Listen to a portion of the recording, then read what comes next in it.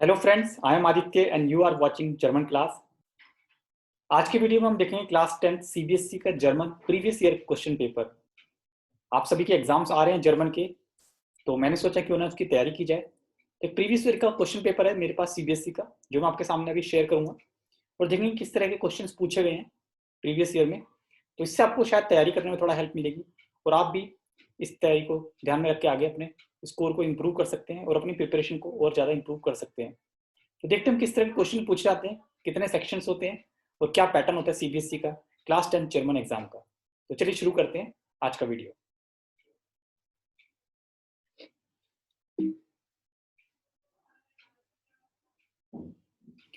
यहाँ पे देख रहे हो आप, सबसे पहले ये आपका कोडिंग होती है।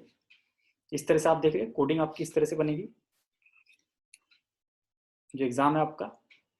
तो सेक्शंस लिख के, सेक्शन है आपका रीडिंग एंड देन राइटिंग, और आप देख सकते हो उसके बाद अप्लाइड ग्रामर, ये ग्रामर का है, ठीक है। और उसके बाद vocab and value based question, ये आपका एक आता है। वोकैब और वैल्यू बेस्ड क्वेश्चन बहुत इंपॉर्टेंट है, सेक्शन डी का पार्ट है। इसमें आपकी वोकैबलरी होगी और एक पैराग्राफ होगा वैल्यू बेस्ड, वो हम देखेंगे किस तरह से आता है, ठीक है। तो रीडिंग, राइटिंग, ठीक है, और ग्रामर, और लास्ट में वोकैब, ये आपके 4 पार्ट्स होते हैं, ठीक है। Section A B C D. Total time आपको 3 आवर्स का मिलता है और पेपर मैक्सिमम मार्क्स 80 मार्क्स का है, ठीक है। 80 मार्क्स का पेपर है। प्रीवियस ईयर का पेपर आप देख रही है। इस बार थोड़ा सा सीबीएसई ने सिलेबस में चेंज किया है, ठीक है। तो देखते हैं किस तरह से होगा, बट ये प्रीवियस ईयर का पेपर है, इससे आपको हेल्प मिलेगी कि जर्मन सीबीएसई का पेपर किस तरह से आता है।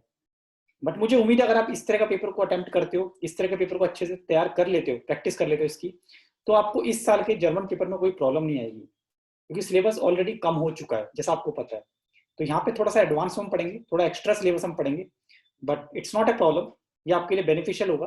जो कमिंग आपका एग्जाम है जर्मन का, सिलेबस कम है तो चांसेस ज्यादा है मार्क्स आने के और स्कोर अच्छा करने के।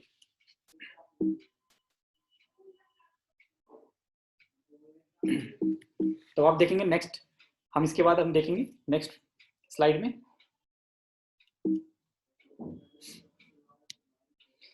कॉम्प्रिहेंशन, ठीक है। रीडिंग कॉम्प्रिहेंशन है, ये आप देख रहे हो स्क्रीन पे। तो ये सेक्शन ए का पार्ट है। तो यहाँ पे टेक्स्ट दिया हुआ है आपको छोटा सा, उसके बेसिस 3 क्वेश्चन है और अगर आप मार्क्स देखते हो इसके, तो टोटल 10 मार्क्स का ही है। तो रीडिंग कॉम्प्रिहेंशन 10 मार्क्स का आया है प्रीवियस ईयर में। तो आप इस टेक्स्ट को पढ़ के आसानी से समझ सकते हो। आई थिंक कोई ज्यादा प्रॉब्लम नहीं है इस टेक्स्ट में। अगर आप एक बार देखोगे तो इसको आराम से समझ भी जाओगे आप किस तरह के क्वेश्चन पूछे गए हैं टेक्स्ट में। तो आप देखते हो यहाँ पे असिस्ट कार्ट ड्राउसन, इट इज कोल्ड आउटसाइड। मैं एक बार पढ़ के बता देता हूँ। दी मेडशन सी एन दिश वार्म आउन, गर्ल्स ने वार्म क्लाइडिंग पहने हुए एंड लॉस गेट्स एस एंड शी इज गोइंग, सिगरेट फ्यूल्ड दिश शोन बेसर, ठीक है। तो जो गर्ल है सिगरेट फ्यूल्ड दिश शोन बेसर, ठीक है। Cigarette is feeling already better, ठीक है, ये मे बी नेम है ये। vielleicht werden die beiden ihre Freundinnen, ठीक है।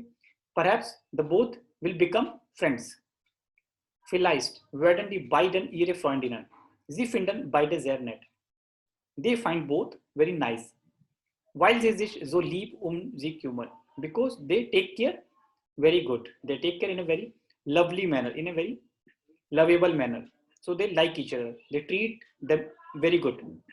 तो पैराग्राफ आप देख लो, इसके बेसिस पे 3 क्वेश्चन है। मैं जैसे आपको ब्रीफ में बता रहा हूँ, हम बेसिकली ग्रामर पार्ट को देखेंगे क्योंकि ग्रामर की ज्यादा वेटेज होती है।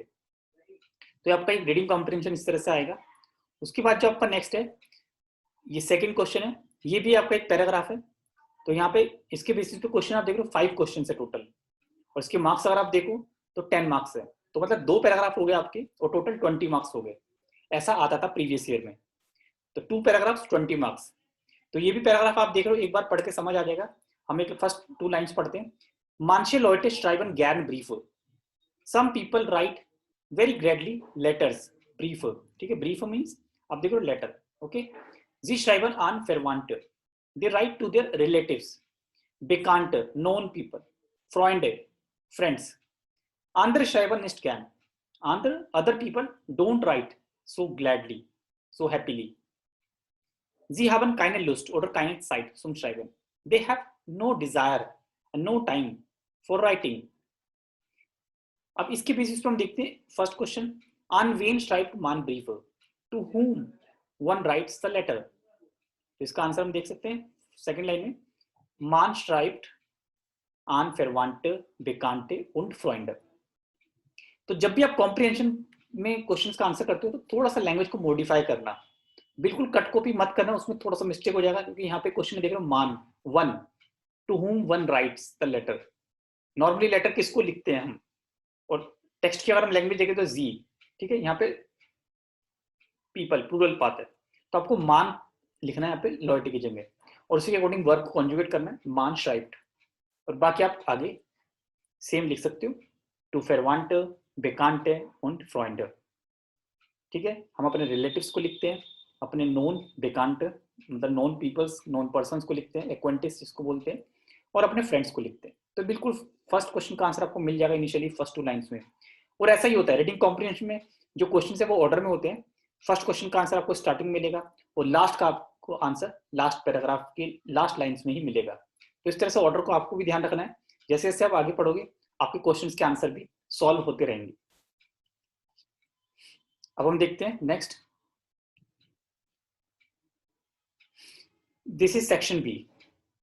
सेक्शन बी में देखिए आप, एक डायलॉग आता लिखने के लिए, श्राइबन einen डायलॉग, ओके, श्राइब einen डायलॉग, डियालॉग बोलते, write a dialogue, 8 to 10 sentences. आपको एक डायलॉग लिखना है 8 to 10 सेंटेंसेस में, 5 मार्क्स का आएगा, और उसमें आपको कुछ टॉपिक दिया हुआ है, थोड़ा सा आपको बताया हुआ है किस टॉपिक पे आपको लिखना है। बाल्ड बेगिनन दी Sommerferien, very soon summer vacations are going to start, Sommerferien, summer vacations. Peter und Paul sind Schulfreunde, Peter and Paul are school friends. तो मतलब आपको इन दोनों के बीच कॉन्वर्सेशन दिखानी है, पीटर ने क्या बोला, पाउल ने क्या बोला। Die beiden Freunden reden über ihre Ferienpläne. The both friends are talking about their Ferienpläne, vacation plans. So Paul and Peter, ठीक है, आपको इस तरह से लिखना है, पीटर की लाइन और पाउल की लाइन दोनों बात कर रहे हैं अपने वेकेशन प्लान के बारे में, हॉलिडे प्लान के बारे में, कि वो क्या करेंगे, कहाँ जाएंगे, किसके साथ जाएंगे। तो 8 to 10 सेंटेंसेस में लिखना है। तो हमेशा डायलॉग जब हम लिखते हैं तो स्टार्ट करते हैं हम, जैसे आपको मैंने बताया था पहले भी, हेलो से स्टार्ट कर सकते हो आप। मैं थोड़ा सा यहाँ पे आपको दिखा दूँ एक बार। Suppose Peter will say hello वी गेट्स, ठीक है, इनफॉर्मल होगा क्योंकि फ्रेंड्स है, वी गेट्स टीयर, and then Paul will say गुड डांक उन डियर। तो 2-3 लाइन तो इसी में आपकी चल जाएंगी, एंड देन पीटर विल से आउ गुड डांक। तो ये आपका हो गया यहाँ से। इसके बाद आप स्टार्ट कर सकते हो टॉपिक पे, सीधा आप डायरेक्ट आओगे। जैसे कि पीटर बोलेगा, देन अगेन हम पीटर की लाइन को कंटिन्यू करते हैं कि व्हाट आर यू डूइंग, वाज मार्क्स टू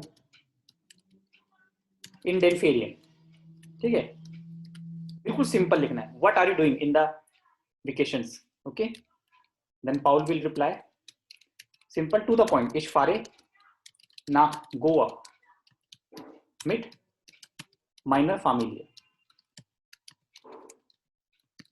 देख रहे हो, इस तरह से आपको लिखना है बिल्कुल, I go to Goa with my family। Then Peter reply, oh super wunderbar, he will give expression। Then you can ask one question, okay where are you going, then he will say okay I will not going anywhere, or I'll stay at home, or I visit my relatives। तो 8 to 10 sentence आपके easily बन जाएंगे। तो मेरे को आपको ये बताना है, बिल्कुल सिंपली आपको स्टार्ट करना है, एकदम सिंपल तरीके से आपको स्टार्ट करना है, हेलो गुडन टाग और वी गेट से स्टार्ट करना है। 2-3 लाइंस इसी में चली जाएंगी, और जब आप एंडिंग करोगे तो एंड में आपको इस तरह से लिखना है, okay this part, and then another person will say which part मार्क्स गुड मीन्स टेक केयर, मार्क्स को टेक केयर। इस तरह से एंड कर दोगे। 2 लाइन आपके एंड की होगी, 2 स्टार्टिंग की होगी, 4 लाइन। बाकी रिमेनिंग 6 लाइंस आप जो भी कंटेंट है उसके अकॉर्डिंग लिख सकते हो। बिल्कुल टू द पॉइंट लिखना है और मिस्टेक्स को अवॉइड करना है। आपके डायलॉग में 5 आउट ऑफ 5 पूरे मार्क्स आ जाएंगे। ठीक है, मैंने बताया था जर्मन की जो सीबीएसई का एग्जाम होता है उसमें 100% मार्क्स आ जाते हैं, थोड़ा सा आपको स्मार्टली तैयारी करनी होती है। नेक्स्ट है शाइब आने ईमेल। Now you have to write a email, आपको ईमेल लिखना है, और टॉपिक क्या है, you get a message from your friend Rudolph, he invite you on her birthday party, Rudolph want that are you coming or not. Rudolph wants to know if you are coming to the party or not. So you have to write a reply to Rudolph. बहुत simple है. Again you will start, hello Rudolph, wie geht's, mir geht es gut. Ich komme gern. You can write ich komme gern zur Party. यहाँ पे आपको pattern का ध्यान रखना है, जो फॉर्मेट होता है. ठीक है, फॉर्मेट में आपको बता दूं कैसे होता है. आपको पता है हेलो से आप स्टार्ट कर सकते हो, हेलो रुडोल्फ सीधा. ठीक है, और यहाँ पे कॉमा और फिर नीचे फर्स्ट अल्फाबेट स्मॉल आएगा, वी गेट्स डियर. फिर अपना बता दो, मियर gets sehr gut, I am happy, as freut mich sehr, I am very delighted, happy. Okay, auf, I am very happy about your birthday party, auf deine Geburtstag party.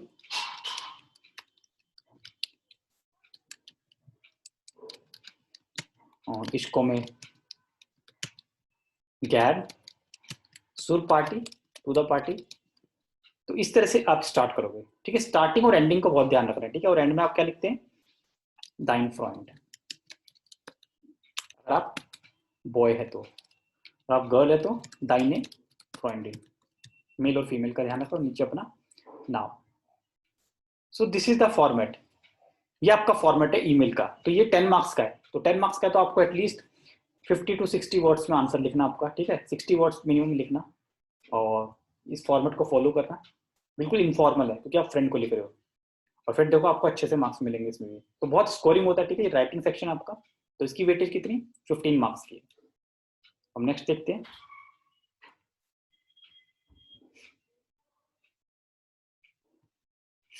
This is applied grammar. ठीक है, applied grammar. तो यहाँ पे आपको क्या मिलेगा, applied grammar में perfect बनाना सबसे पहले आपको. ठीक है, परफेक्ट टेंस. तो जर्मन में परफेक्ट कैसे बनाते हैं, आई होप आपको पता होगा. परफेक्ट के लिए रूल्स होता है कि 2 तरह से परफेक्ट बनते हैं, जाइन और हाबन हेल्पिंग वर्ब होती है. ठीक है, प्लस में परफेक्ट फॉर्म लिखते हो आप लास्ट में. तो इसमें आपको ध्यान रखना है, क्वेश्चन को समझना है. क्वेश्चन को समझना बहुत जरूरी है कि क्वेश्चन में बोला क्या गया है. ठीक है, जैसे फर्स्ट सेंटेंस आप देखो, 10 मार्क्स का ही मतलब एक सेंटेंस 2 मार्क्स का. तो इसमें 2 मार्क्स किस तरह से हैं, एक तो आपकी परफेक्ट फॉर्म में देखेंगे हेल्पिंग वर्ब आपने सही लिखा है कि नहीं, और दूसरा परफेक्ट फॉर्म जो आप लिखते हो वो सही लिखे कि नहीं. तो इस तरह से आपके 1 ईच, तो हेल्पिंग वर्ब का एक और एक परफेक्ट का, तो 2 मार्क्स हो गए. 1 सेंटेंस और 2 marks. 5 sentence 10 marks. First sentence है, मिट वेम गेज टू इन स्विम बार. आप स्विमिंग पूल में किसके साथ जाते हो. तो इसका परफेक्ट देखेंगे हम. तो सबसे पहले परफेक्ट बनाने से पहले आपको पता होना चाहिए कि यहाँ पे जो हेल्पिंग वर्ब है वो क्या आएगी. तो यहाँ पे सबसे पहले मेन वर्ब क्या है, गेन. गेन है और गेन के साथ हेल्पिंग वर्ब होती है जाइन. ठीक है, इतना आपको पता लग गया. अब हम देखते हैं सेंटेंस का. तो मिट वेम बिस्ट टू इन स्विम बार गेगांगन. ठीक है, गेन का हमने परफेक्ट बना लिया, गेगांगन. So this is the format. Second, एरहार्ट काइनेसाइड. एरहार्ट काइनेसाइड. तो अगेन यहाँ पे आप देख रहे हो, व्हाट इज द वर्ब, हाबन. तो हाबन का आपको परफेक्ट पता होना चाहिए. हाबन का परफेक्ट होता है गेहाफ्ट, और हेल्पिंग वर्ब सेम रहता है. तो हम यहाँ पे लिखेंगे एरहार्ट काइनेसाइड gehabt. He has had no time. Third, Farina ist aus Afrika. Farina ist aus Afrika. Farina is from Africa. तो what is the verb, ist. तो एक क्वेश्चन जरूर देखना, ist और haben पे जरूर आता है एक क्वेश्चन. तो ist की परफेक्ट फॉर्म क्या होती है, हम भूल जाते हैं बेसिकली स्टूडेंट्स की. ist की भी परफेक्ट फॉर्म होती है, मतलब जाइन की भी परफेक्ट होती है gewesen, और haben की जैसा हम लिखिए gehabt. यहाँ पे क्या आएगा, Farina east aus Africa gewesen. हमेशा ध्यान रखना, अगर ईस्ट क्वेश्चन में ईस्ट है परफेक्ट फॉर्म में तो ये ईस्ट ही रहेगा. जैसे हाबन वाला क्वेश्चन है एरहार्ट, तो हार्ट ही रहेगा वो, उसमें कोई चेंज नहीं आएगा. सिर्फ आपको परफेक्ट ऐड करनी है। जैसे हमने देखो इस क्वेश्चन में थर्ड सेंटेंस में फरीना ईस्ट आउस अफ्रीका गिवेजन, ठीक है, पूरा सेम सेंटेंस है, बस लास्ट में गिवेजन लिखती है। तो हमेशा ईस्ट और हाबन अगर सेंटेंस में होती है एज ए मेन वर्ब, तो परफेक्ट में सेंटेंस एज इट इज लिखना है आपको, बस लास्ट में परफेक्ट फॉर्म ऐड करनी है। नेक्स्ट सेंटेंस दास विसन वियर नीस्ट, तो व्हाट इज द वर्ब? विसन। अब देखो ये विसन वर्ब है और लास्ट में कौन सी वर्ब है? लीक्ड। तो हम देखते हैं वन बाय वन। तो विसन का परफेक्ट गेवुस्ट, परफेक्ट फॉर्म अच्छे से आपको लर्न होनी चाहिए, ठीक है। तो सेंटेंस सेम, दास हाबन वियर, वियर है इसलिए हमने हाबन लिखा है, तो आपको सब्जेक्ट को भी आइडेंटिफाई करना है। दास हाबन वियर नेस्ट गेवुस्ट, गेवुस्ट, that we were not aware, okay, we were not aware about that, we did not know that। और last das Buch liegt auf dem Tisch, तो लीक्ड है das Buch hat auf dem Tisch liegen, perfect gelegen। तो आपको perfect form learn होनी चाहिए। तो ये concept भी आपका बहुत शॉर्ट है, समराइज है। तो इस तरह से आपकी ग्रामर में देखिए परफेक्ट फॉर्म में 10 मार्क्स का आता है, 5 सेंटेंस 10 मार्क्स। यहाँ पे परफेक्ट फॉर्म के भी पैसे उसमें आपके मार्क्स हैं, और जो आप हेल्पिंग वर्ब लिख रहे हो, जैसे कि हमने देखिए मैं सेंटेंस में दिखाता हूँ, सब में हेल्पिंग वर्ब है। यहाँ पे बिस्ट है, ठीक है, और ये आपकी गेगांगल परफेक्ट फॉर्म। सिमिलरली गेहाप्ट आपकी परफेक्ट, और यहाँ पे heart is your helping verb. इस तरह से आप देख रहे हो ये परफेक्ट में 2 वर्ब्स का रोल होता है, हेल्पिंग वर्ब का और परफेक्ट फॉर्म का। तो दोनों के मार्क्स आपके, दोनों सही होना चाहिए तभी आपको मार्क्स मिलेंगे। अगर एक गलत है तो आपके मार्क्स हाफ कट जाएंगे। देखते हैं नेक्स्ट टॉपिक हम आगे। देखिए ग्रामर में नेक्स्ट टॉपिक है आपका एडजेक्टिव एंडिंग का, वेरी इंपॉर्टेंट। एडजेक्टिव एंडिंग काफी इंपॉर्टेंट टॉपिक है। एडजेक्टिव एंडिंग में हमें आपको बहुत ध्यान रखना है, इसकी बहुत अच्छे से प्रैक्टिस करनी है। डिस्क्रिप्शन में आपको लिंक मिल जाएगा, ठीक है, जो भी गेट रेडी बुक है क्लास 10 की, काफी अच्छे प्रैक्टिस सेट है उसमें, ठीक है। तो आपको उससे प्रैक्टिस करनी है, काफी अच्छी बुक है और आपके बहुत अच्छे से मार्क्स आएंगे। सारे टॉपिक्स उसमें डिटेल में दिए हुए हैं, ठीक है, उस बुक से आप प्रैक्टिस कर सकते हो, डिस्क्रिप्शन में लिंक है। अब देखिए हास दू आइनन, आप देख रहे हो फर्स्ट सेंटेंस में आइनन, तो ये आइनन है तो इसका आंसर भी ईएन होगा, तो यहाँ पे लिख दोगे आप ईएन, ठीक है। गूटन, गूटन। Athens, Paris und Rome sind schöne, schöne Städte, are beautiful cities। यहाँ पे स्टेट प्लूरल है तो प्लूरल के साथ ई एंडिंग आती है। और third ich habe kein billiges Zimmer, यहाँ es, सिमर दास है, दास के साथ es एंडिंग। और fourth billige Zimmer sind nicht zahlreich। अब यहाँ पे देखो सिमर प्लूरल है, ये सिमर मीन्स रूम, सिंगुलर और प्लूरल में स्पेलिंग सेम रहती है, बट हमें कैसे पता चला ये प्लूरल है? जिंड मीन्स आर, तो cheap rooms are not nicht zahlreich, okay, are not enough, cheap rooms, तो billige प्लूरल है ई एंडिंग। और last sentence mein Freund geht auf den, तो डेन हो या आइनन हो तो एंडिंग आप ई एन लगाओगे, Hohenberg, हाई माउंटेन, ठीक है। और इसी तरह से नेक्स्ट सी पार्ट है रिलेटिव प्रोनोमन। आप देखो ग्रामर में काफी अच्छे अच्छे क्वेश्चंस आए हैं, एडजेक्टिव एंडिंग का आता है, रिलेटिव आता है, परफेक्ट फॉर्म है, रिलेटिव। तो डी टाशे, तो टाशे का आर्टिकल क्या होता है? डी, आप यहाँ पे डी लिख दोगे, फिनिश। तो आपको डी ही लिखना है, ठीक है, इसका आंसर डी आपको, ठीक है, तो डी लिखोगे तो आपका आंसर करेक्ट हो जाएगा। और डेयर आस्क्ड डेयर heute kommt the doctor who is coming today is very popular. तो यहाँ पे आप देखो डॉक्टर जो आ जाएगा वो बहुत पॉपुलर है, तो जो होता है हिंदी में जो, ये नॉमिनेटिव केस है, तो यहाँ पे डेयर रहेगा। जैसे डी टाशे बैग जो श्रांक में है, जो, ठीक है, तो हिंदी का जो वर्ड है जो, ये नॉमिनेटिव केस होता है, और जिसे वो आकुजाटिव है। अब थर्ड देखो एर बेजुक्ट einen Freund, he visit a friend, फ्योर आकुजाटिव है, फ्रॉइंड का आर्टिकल यहाँ पे लिखना है आपको, फ्रॉइंड का आकुजाटिव डेन।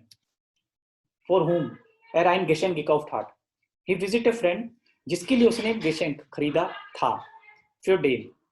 तो आपको पता होना चाहिए कि आपको आर्टिकल किसका लिखना है, यहाँ पे नाउन का लिखना है, फ्रॉइंड का आर्टिकल आकुजाटिव डेन। फोर्थ देखो एर हाट डेन उनफाल गेसेन, he has seen an accident, ठीक है, उसने एक एक्सीडेंट देखा, उनफाल। डेम, ठीक है, फोन डेम वेयर नूअर गेहो टावन, फोन डेम जिसके बारे में हमने केवल सुना था। फोन के साथ अब उनफाल डेयर है, अब यहाँ डाटिव है फोन, तो डाटिव में डेयर डैम हो जाता है, तो यहाँ पे आंसर होगा डैम, फोन डेम। About that we have heard, जिसके बारे में हमने सुना था। और इसी तरह से आप देखिए लास्ट, डेयर फिल्म डेन वीर गेस्टन के जेन हावन, यहाँ जेन वर्ब है, आकुजाटिव, फिल्म जिसे हमने कल देखा था, जिसे, ठीक है, जो नहीं है जिसे, तो मैंने बताया जिसे होगा तो वो आकुजाटिव, और जो नॉमिनेटिव। हिंदी में पढ़ के एक बार सेंस समझ लेना, अगर आप सेंटेंस को हिंदी में समझ लेते हो तो आप अच्छे से कर पाओगे।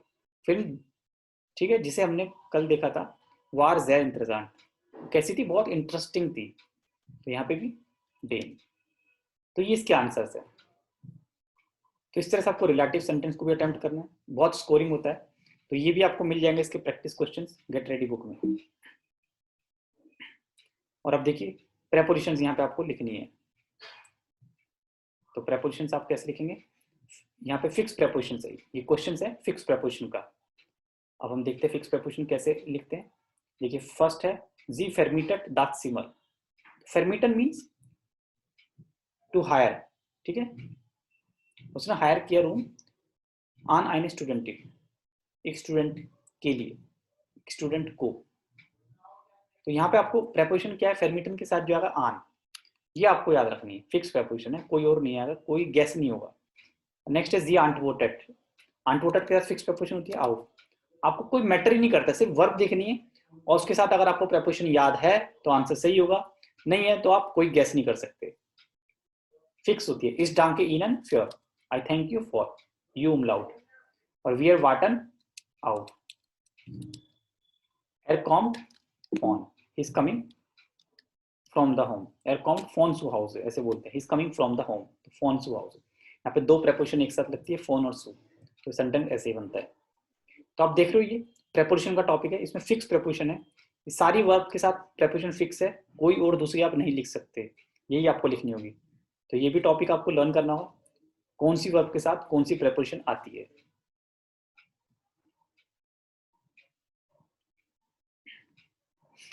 तो हम देखते हैं नेक्स्ट है एरगेन्स दास ओब वाइल वेन वी, यहाँ पे आपको कनेक्टर चाहिए और इन कनेक्टर्स को आपको यूज करना है, ठीक है, सुटेबल।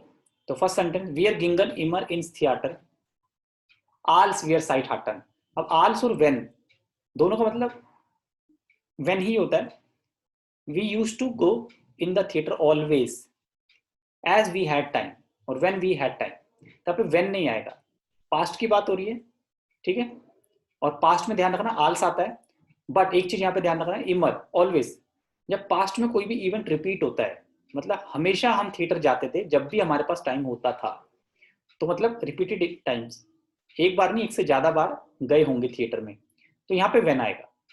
तो वेन मतलब प्रेजेंट टेंस में आएगा, फ्यूचर में आएगा, और पास्ट में अगर कोई इवेंट रिपीट हो रहा है तो उसके लिए कीवर्ड होता है इमर, अगर आपको सेंटेंस में इमर मिलता है तो आप वेन लिखोगे। Second, when is this beleidigt habe tut mir leid, if I have hurt you I say sorry, तो when verb last। third, wissen Sie, wissen is do you know that, तो यहाँ पे that के लिए das, simple. heute noch ein Zug nach Frankfurt fährt, कि आज एक और ट्रेन फ्रैंकफर्ट जाएगी, क्या आप जानते हो। Fourth, the fart war so lange, the journey was so long, das ist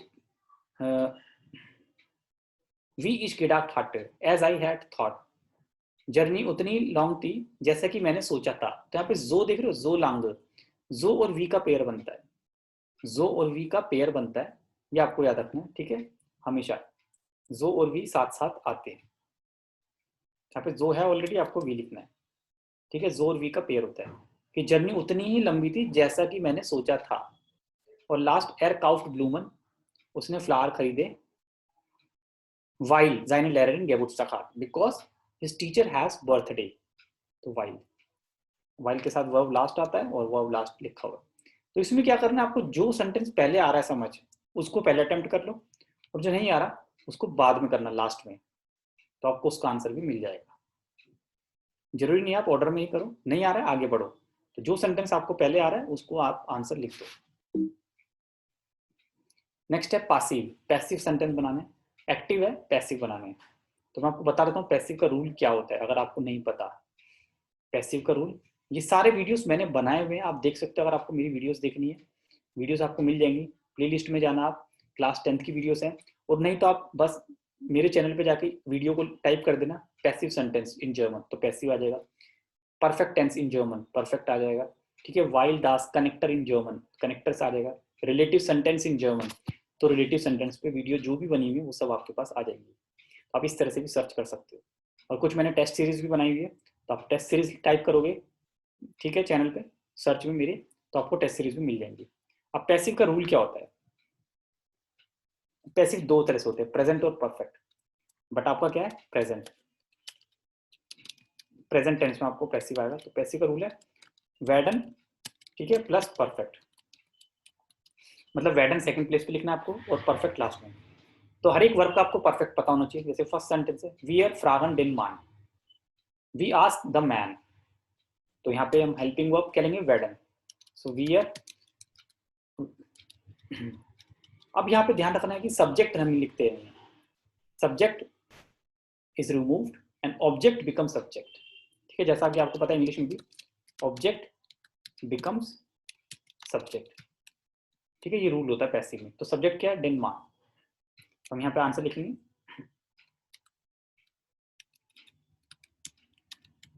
Denmark with gift. The man is ask, man से पूछा जाएगा या मैन से पूछा जाता है, मैन से पूछा गया, ठीक है। Denmark with gift. और ये नॉमिनेटिव केस है तो डेयर मान होगा, ठीक है। तो ध्यान रखना आपको, केस का जरूर ध्यान रखना कौन सा केस है। वी आर फ्रागन डेन मान, वी आस्क द मैन। अब जब इसको सेंटेंस बनाएंगे हम तो डेर मान वेट गिफ्ट, the man is asked, translation क्या होगा? The man is asked, is being भी लिख सकते हो, is being asked means man से पूछा जा रहा है। कौन पूछ रहा है वो इंपॉर्टेंट नहीं है, action is more important. Man से पूछा जा रहा है। सेकंड देखिए, इस ब्रिंग ए इन मॉर्गन दास शुरू, ये सेंटेंस देखिए थोड़ा सा अलग है, डाटिव है, ब्रिंगन वर्ब है। तो डाटिव आपको पहचानना, जो डाटिव ऑब्जेक्ट है इन, वो एज इट इज रहेगा। तो कैसे लिखेंगे? इन वेट मॉर्गन दास सुरुक गेगेवन, मतलब उसे कल पैसे वापस दिए जाएंगे। ई मीन्स हिम, कोई भी पर्सन हो सकता है। और क्वेश्चन क्या है? आई गिव, आई रिटर्न, मैं उसे कल पैसे वापस करूंगा। और पैसे, उसे कल पैसे वापस किए जाएंगे। कौन करेगा वो इंपॉर्टेंट नहीं है, क्या किया जाएगा वो इंपॉर्टेंट है। पैसे वापस किए जाएंगे, किसे किए जाएंगे? हिम, उसे। तो हिम यहाँ पे डाटिव है, वो एज इट इज रहेगा, हिम ही रहता है। तो हमेशा ध्यान रखना पैसिव में डाटिव ऑब्जेक्ट हमेशा सेम रहता है, उसको चेंज नहीं करते हैं।